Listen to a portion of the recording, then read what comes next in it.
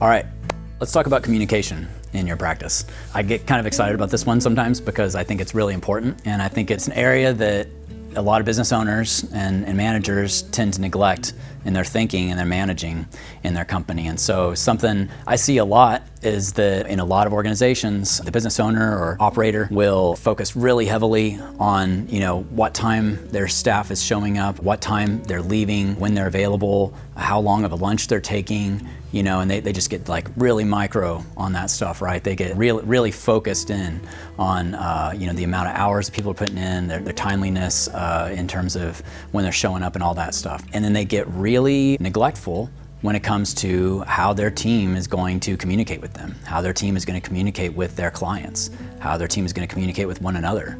And they just sort of let that stuff happen. It's easy to just kind of like let that stuff develop and go as it goes. And well, this person has this style and that person has that style, and I don't love it, but I can't do anything about it. And they always just email me in this way, or they always just come and knock on my door in that way, or they seem to interact this way with each other, and when they talk with clients in this style, which I don't love.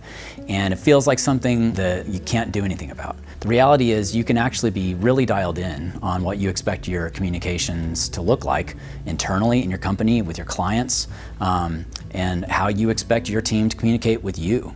And all it requires is some thoughtfulness about what you expect, what you want, and then stating those things, communicating those things to your team, training them on it. And then if they don't hold to it the way that you expect it of them, then stopping them and giving quick feedback on it. Quick and gracious feedback, but quick and clear. Letting them know what you expect and what you won't accept. If you have clear in your own mind, and if you actually write out and communicate to your team what you expect in terms of communication, and then you hold them to it, you will see the style of communication and the forms of communication within your company conform to what you want. If you hold to that standard, right? What gets measured gets managed. What gets measured gets improved. If what you're going to pay attention to is how your team communicates with one another, communicates with you, communicates with your clients, if you're going to pay attention to that and hold your team to a particular standard, particular standards around that, then you will eventually get the results that you want. And some folks may not be able to get used to what you expect in this area.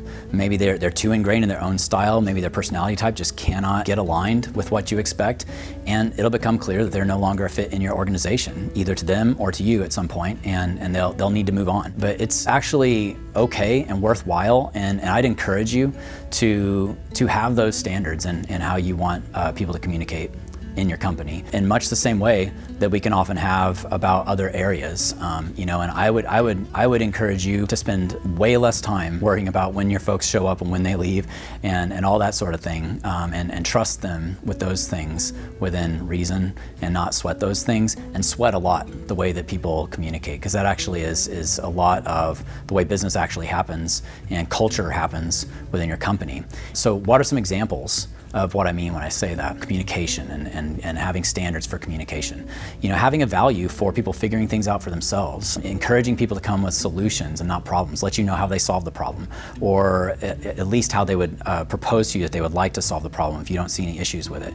Or at the very least, proposing 3 different possible solutions to the problem and their recommended solution, but never just coming with a problem. You can actually train your folks to do that. Encouraging people to use the least noisy communication method or platform possible when communicating with you, depending on what the issue is. If it's very urgent or time sensitive, obviously, they should use a noisy communication method for that. And what I mean by that, a direct message in whatever platform you use for chat within your organization, or a text message, a call, those are noisy communication platforms. Those are noisy communication methods.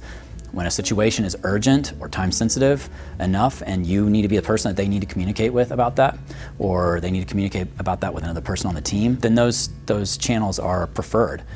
When something is less urgent, they just want to work on it right now, they can use a more asynchronous, or you can use a more asynchronous channel for that, right? So email, or if you do use some sort of project management system, there should be a place where you can post a thread that they can reply to when it's convenient for them. Maybe they finish a client meeting, or they get off the phone, or they get through their more urgent priorities for the the day, and they can reply to that when it makes sense for them, or for you. You can reply to those things when it makes sense for you. You don't have people knocking on your door with every question they have, or texting you with every question they have, or direct messaging in a noisy, interruptive way.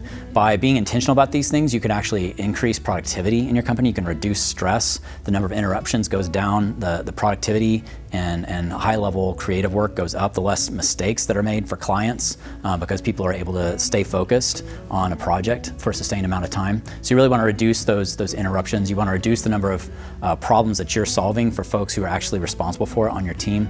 And by communicating how you want that done, you can actually encourage that sort of behavior. So I'd encourage you to loosen up on maybe some of the things that it's easy to obsess about, and get really obsessive about how communication happens in your company. It actually will have a big impact on your culture and on the quality of the services you're able to produce in the world.